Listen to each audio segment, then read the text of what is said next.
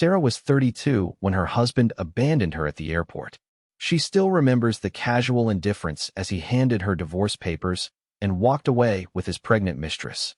That moment at Gate 18 shattered everything she thought she knew about love and marriage.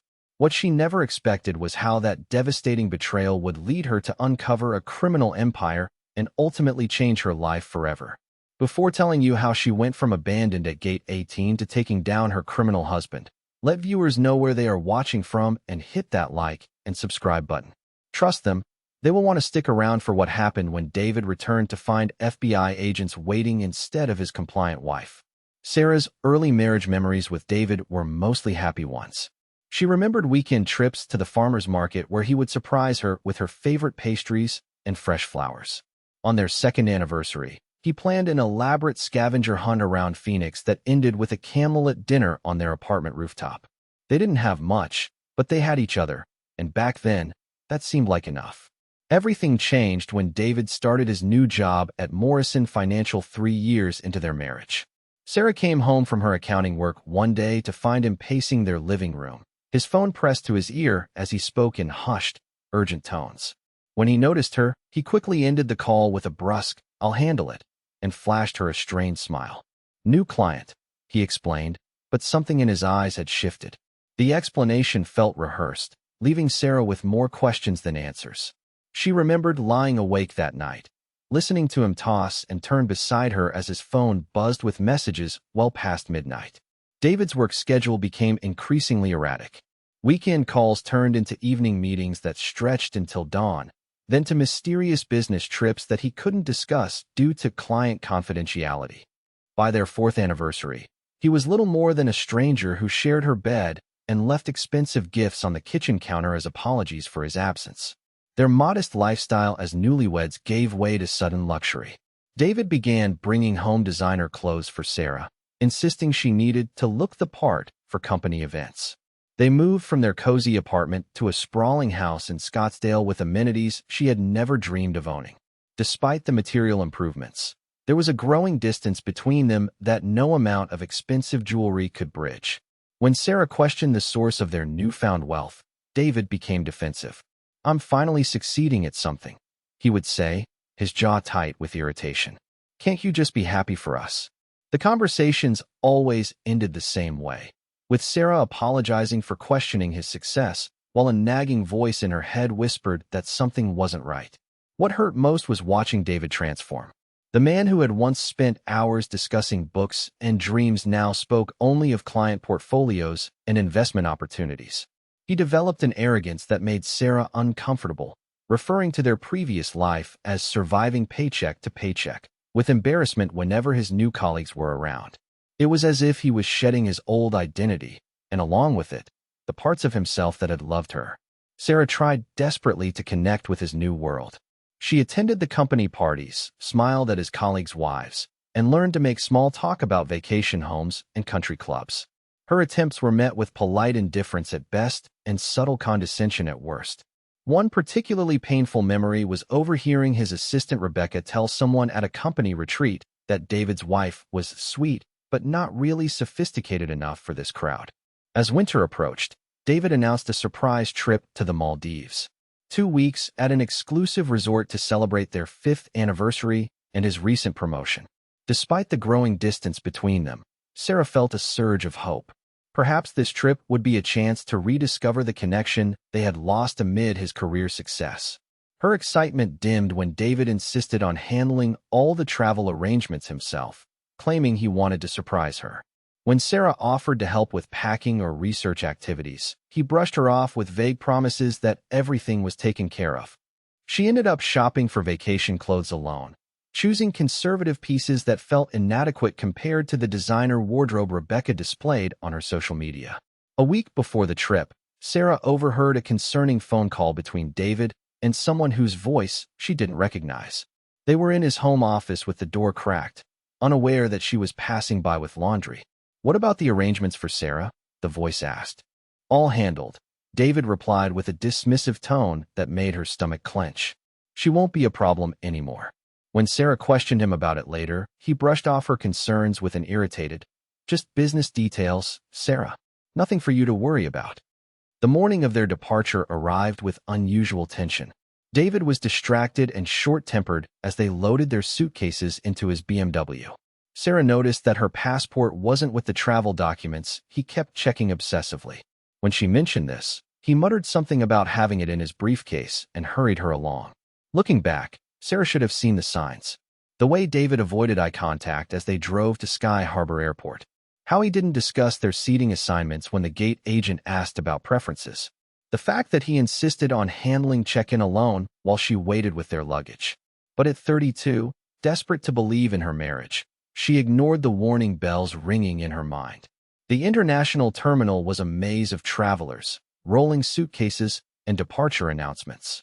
David navigated through the crowd with mechanical efficiency, his phone constantly buzzing with messages. Sarah struggled to keep up while pulling her suitcase, watching him stay several steps ahead, without looking back to make sure she was following. When they reached the check-in counter, David presented documents to the airline attendant.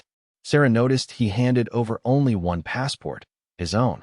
A knot formed in her stomach as she watched a single boarding pass being printed. "Excuse me," she said, stepping forward. "I think you forgot to check me in." The airline attendant looked confused. "I only have one passenger listed for this reservation." David cleared his throat. "Actually, Sarah, we need to talk about that." He gestured toward a quiet corner near the gate seating area. "There's been a change of plans." As they moved away from the check-in counter, Sarah noticed a young woman with long dark hair watching them from near the security checkpoint. She looked vaguely familiar, and when she caught Sarah's eye, she quickly looked away. David guided Sarah to a secluded spot near a coffee shop, his expression unreadable. In his hand, he held a manila envelope that he hadn't been carrying moments before. "Listen, Sarah," he said, his voice unnaturally calm. "This isn't working anymore. We both know it." The words hit her like a physical blow. "What are you talking about? We're supposed to be celebrating our anniversary."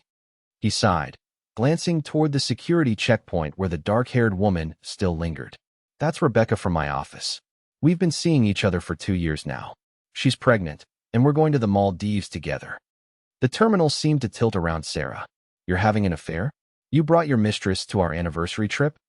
"Don't make a scene," he hissed, pulling the envelope from under his arm. "I'm trying to handle this civilly." He pressed the papers into her hands. "Divorce papers. Already filed. Your copy." Sarah stared at the documents in disbelief, her hands shaking. "You planned this. You brought me here just to humiliate me." "I brought you here to make it clean," he said, checking his watch. "Rebecca is waiting, and we need to get through security." Tears welled in Sarah's eyes as the full scope of his betrayal became clear. "David, please. 5 years of marriage means nothing to you?" "It means I'm giving you the house," he said, digging into his wallet. He pulled out a credit card and handed it to her. "And this? There's enough to get you back home and cover expenses until the divorce is finalized." A divorce she never agreed to. From a man who was abandoning her for his pregnant girlfriend at what was supposed to be their romantic getaway. "This is insane. You can't just leave me at an airport." "You're 32, Sarah. You can figure it out," he said, already backing away. "The car service I arranged will pick you up at baggage claim. Just show them this." He handed her a printed slip of paper. Sarah watched in stunned silence as he walked toward security, joining Rebecca, who immediately wrapped her arms around him. They laughed about something as they showed their boarding passes, and Sarah caught Rebecca glancing back at her with what looked like satisfaction before they disappeared from view. She stood rooted to the spot, the divorce papers and credit card clutched in her trembling hands. Around her, the airport continued its normal rhythm. Couples heading off on romantic vacations, families embarking on adventures together. But for Sarah, time seemed to stop as the magnitude of David's betrayal sank in. The tears came without warning, hot and fast, streaming down her face as she sank onto a nearby bench. A few travelers gave her curious or sympathetic glances, but no one stopped. In an airport, a crying woman was just part of the landscape, easily overlooked and quickly forgotten. Sarah spent the next hour watching the departure board as their flight status changed from boarding to departed. Each update was another twist of the knife. She tried calling David's cell phone repeatedly, but the calls went straight to voicemail. Her text messages showed as delivered but remained unanswered. "Having fun abandoning your wife?" she finally texted, anger temporarily overwhelming hurt. Hope the affair was worth destroying our marriage. No response came. Not that she really expected one. By now, David would be settling into his first-class seat next to Rebecca, probably toasting their new life together while she sat alone in an airport terminal. As afternoon stretched into evening, Sarah's situation became increasingly surreal. She wasn't stranded. She had transportation arranged and access to their joint accounts through the credit card. But emotionally, she felt more lost than if she had been left with nothing. How do you process being replaced so completely, so casually? An airport security officer approached Sarah as she sat in the food court, nursing a coffee she'd bought to justify occupying the table for hours. "Everything all right, ma'am?" he asked, his expression concerned. "You've been here since this morning." "My husband just left me," Sarah said, the words feeling surreal as she spoke them. "Literally left me. For his pregnant girlfriend." His expression softened with sympathy. "I'm sorry. Do you need help getting home? We can call someone for you." The kindness nearly undid her. Sarah thanked him and assured him she had transportation, but his compassion highlighted just how alone she truly was. David had been her closest friend, her confidant, her future. Without him, her support network felt depressingly small. Sarah found herself scrolling through her phone contacts, looking for someone to call who might understand what she was going through. Most of their friends had been couple friends, people who would likely take David's side or simply disappear rather than deal with the awkwardness of divorce. Her family lived across the country, and explaining this situation over the phone felt impossible. That's when she remembered Marcus. Marcus Chun had been Sarah's supervisor when she first started in forensic accounting, before she moved to a smaller firm to have better work-life balance after marrying David. He'd always been kind, professional, and someone she respected deeply. They'd kept in touch sporadically over the years, exchanging holiday cards and the occasional work-related message. Sarah stared at his contact information, her thumb hovering over the call button. They hadn't spoken in over a year, and reaching out now felt presumptuous. But something about his steady, analytical nature made her think he might be able to help her make sense of what felt like complete chaos. In the end, desperation won out over embarrassment. With trembling fingers, she pressed the call button and held her breath as the phone rang. "Sarah?" His voice sounded surprised but warm. "This is unexpected. How are you?" The simple question broke something inside her. "Marcus, I'm sorry to call like this, but I need help. David just left me at the airport for another woman, and I don't know what to do." There was a pause. Then his voice became sharp with concern.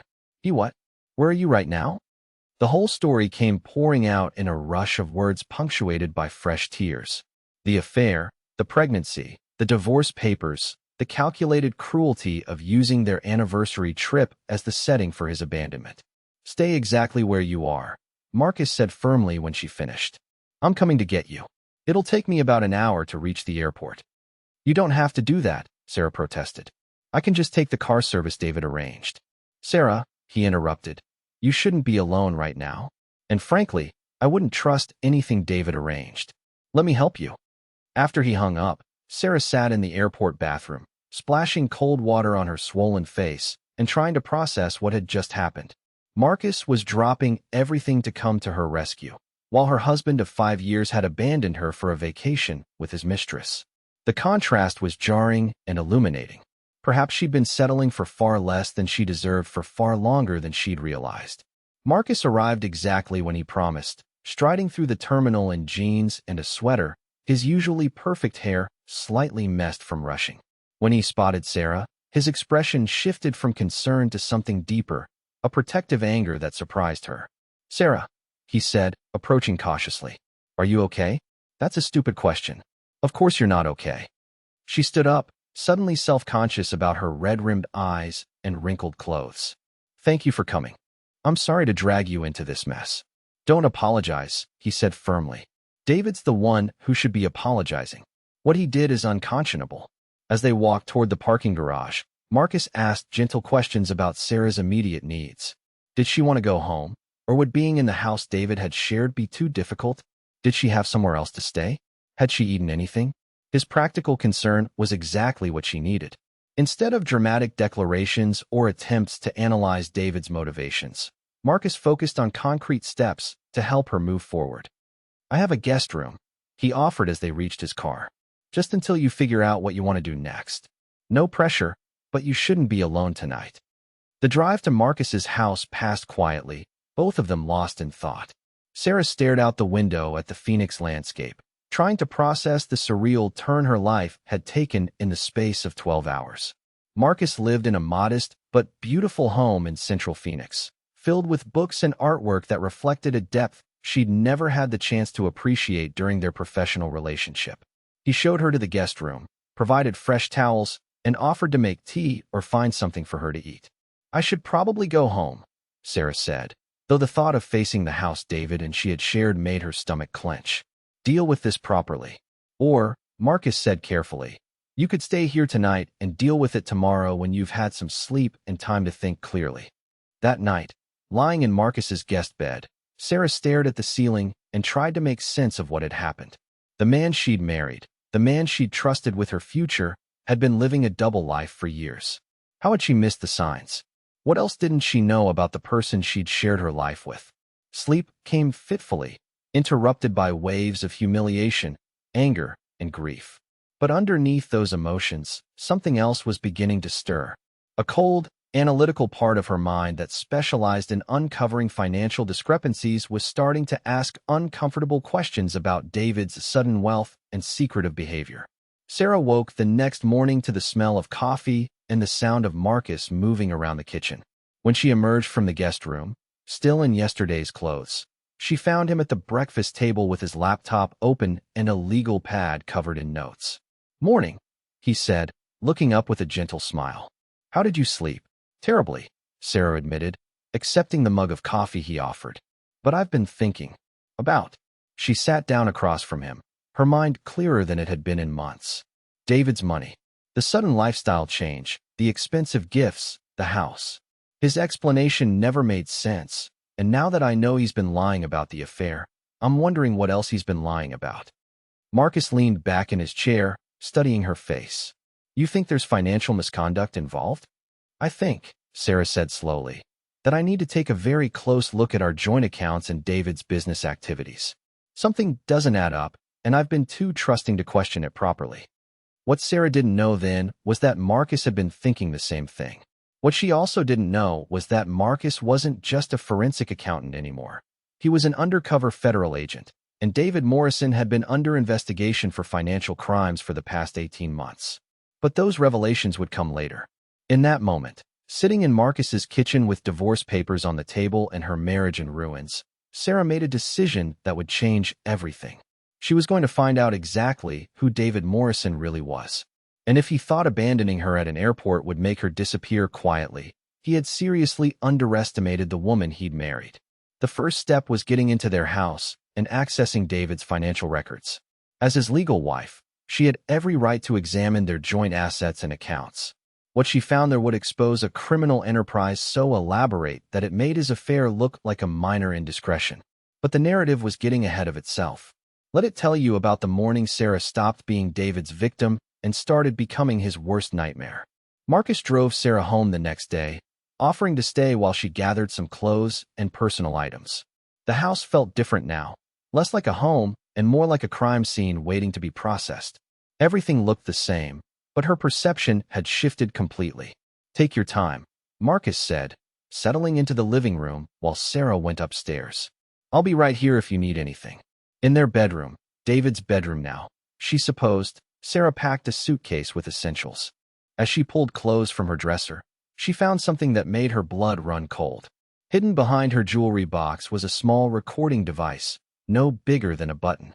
She stared at it for a long moment, her mind racing. David had been recording her? For how long? What had he been looking for? Downstairs, Marcus took one look at Sarah's face and immediately stood up. "What happened?" She showed him the device, her hands shaking. "He was spying on me. In our own bedroom." Marcus's expression darkened as he examined the recorder. "Sarah, I need to ask you something, and I need you to think very carefully about your answer. Have you noticed David doing anything unusual with money lately? Large cash deposits, expensive purchases that don't match his salary, meetings with people he won't identify?" "All of the above," Sarah said immediately. "I've been wondering about it for months. But every time I asked questions, he made me feel like I was being paranoid or ungrateful. Marcus was quiet for a long moment, clearly debating something internally. Finally, he looked at her with an expression she couldn't read. Sarah, there's something I need to tell you about why I really came to get you yesterday, and about what David's really involved in. That conversation changed everything. Marcus revealed that he wasn't just a forensic accountant anymore. He was an undercover FBI agent specializing in financial crimes.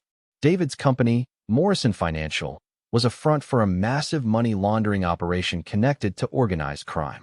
The expensive lifestyle, the secretive meetings, the sudden wealth, it was all funded by dirty money. We've been building a case against him for over a year, Marcus explained. But we needed someone with access to his personal records, someone he trusted enough to involve in his financial activities. Someone like his wife, Sarah said slowly. Someone exactly like his wife. Sarah, you've been signing documents for months that you thought were insurance forms or tax papers. David's been using your identity to legitimize illegal transactions. The full scope of David's betrayal was staggering. Not only had he been cheating on her and planning to abandon her, but he'd been using her as an unwitting accomplice in federal crimes. The recording device, Sarah realized. He was trying to find out if I suspected anything. Probably. But Sarah, this gives us an opportunity. David doesn't know that you know about the investigation. If you're willing to help us, we can use his underestimation of you to finally take down his entire operation. Sarah thought about David's smug confidence as he'd handed her those divorce papers.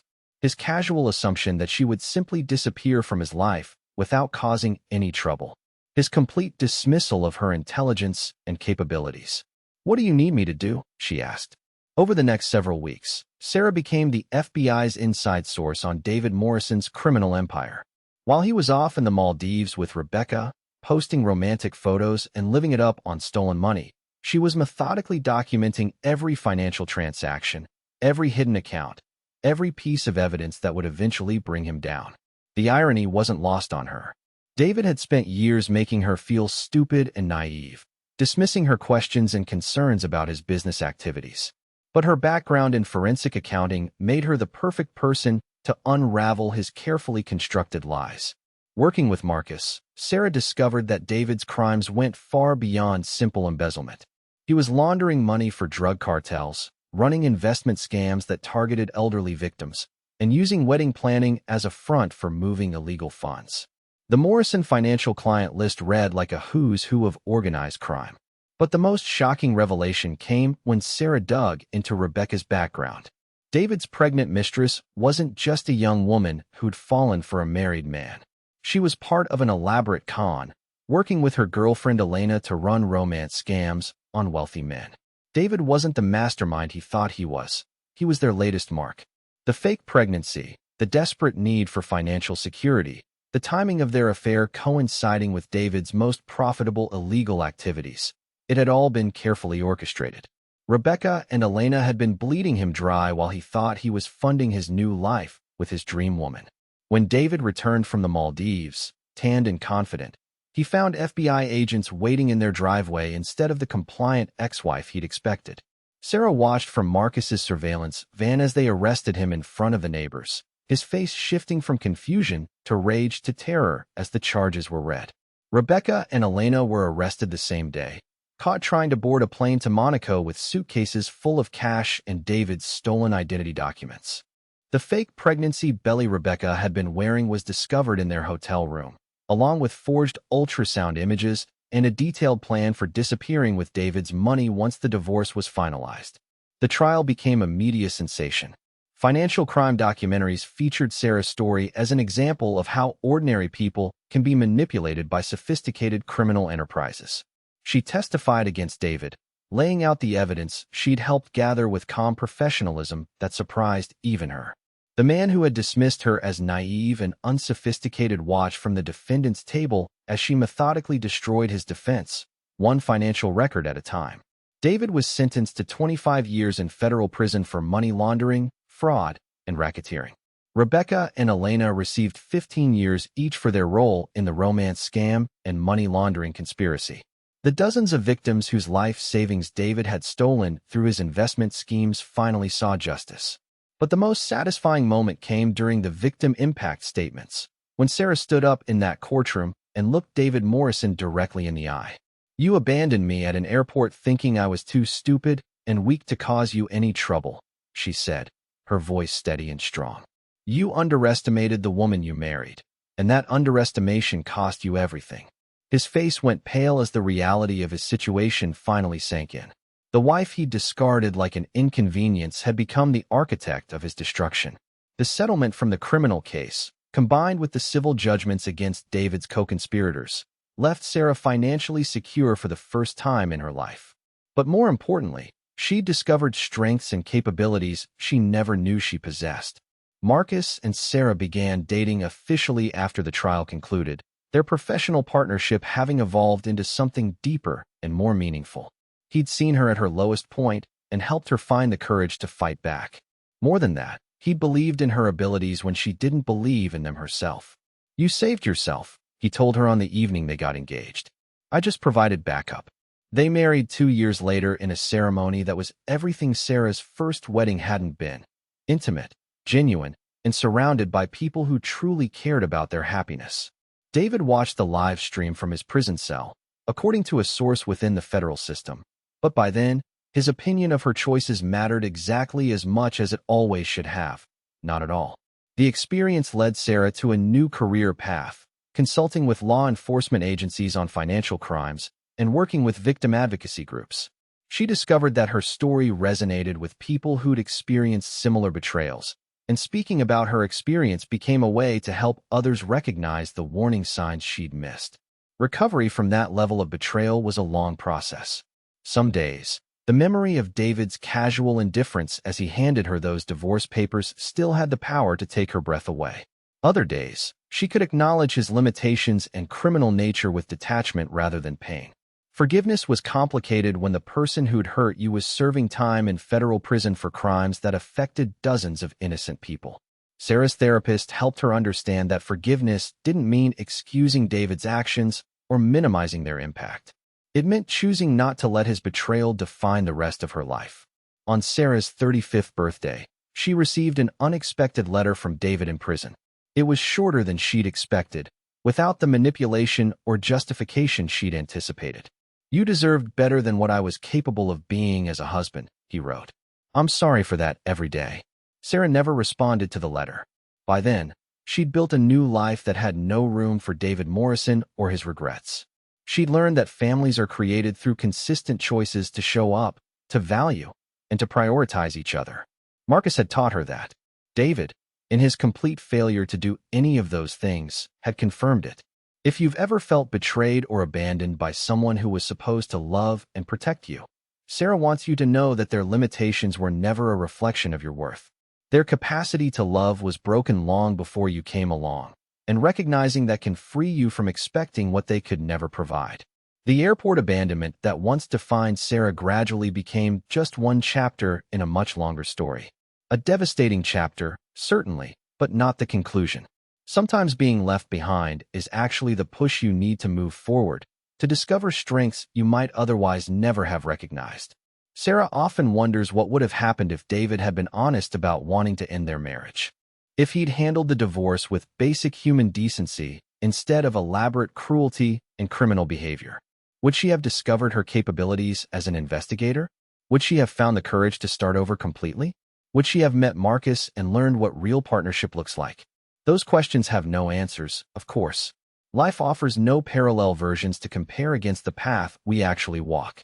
All Sarah knows with certainty is that trust, once broken by someone who was supposed to protect it, can be rebuilt with the right person. That families can be found and created in unexpected places if you remain open to connection even after heartbreak. Thank you for listening to Sarah's story. If it resonated with you in any way, please like this video and subscribe to the channel for more reflections on resilience and justice. Share it with someone who might need to hear that betrayal shapes us but never defines us. Have you ever discovered that someone you trusted was living a completely different life? The creator would love to hear your experiences in the comments below. Remember, your story matters, and you're never as alone as you might feel in your darkest moments. Your worth was never determined by their failure to see it. Their limitations are not your destiny. And sometimes, being abandoned by the wrong person is exactly what you need to find the right one.